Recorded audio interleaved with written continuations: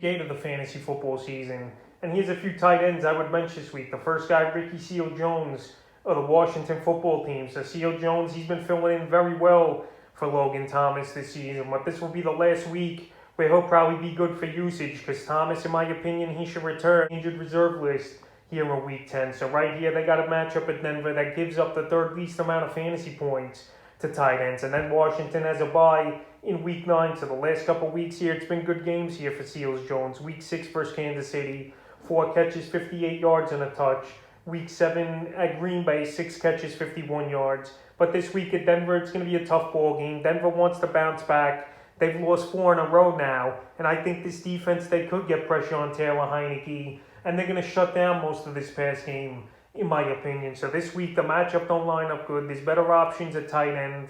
And I would just bench Ricky Seals-Jones. But he's been a great replacement over the last month here. But this week, I just don't see him having a great ball game. The next tight end we're staying in the same game is Noah Fant of the Denver Broncos. So Noah Fant, he got off to a good start this season. But he's been up and down now with only one huge game in the last 3 weeks, and that was week 6 versus Vegas. 9 catches, 97 yards, and a touchdown. And then last week at Cleveland, 5 catches, 39 yards. So this week versus Washington, Washington gives up the 14th least amount of fantasy points to tight ends here. Noah Fant, he's been a good player, but this week I just got a feeling he's not going to produce the big numbers and only could have a ball game with 5 to 7 fantasy points because I think the Broncos here, they could get off to an early lead in this one, and they're going to stop passing because Teddy Bridgewater is obviously not 100% with an ankle and a quadriceps injury, which we saw at Cleveland, even though he's going to play in this game. And now with Jerry Jeudy coming back into the mix,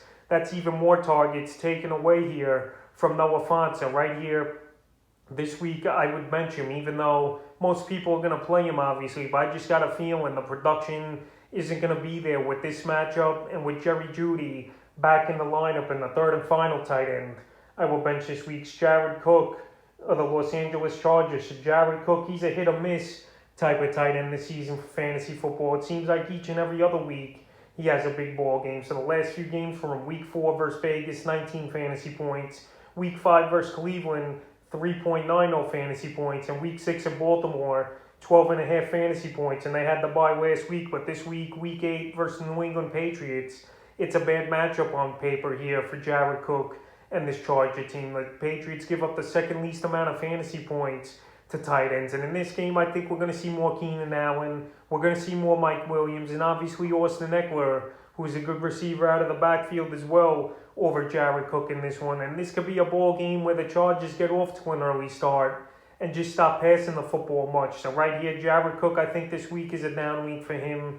But he could definitely have a good game. But this week, I would just bench him with better guys, with better matchups and options this week. So that's a few tight ends I would bench in week 8 of the fantasy football season.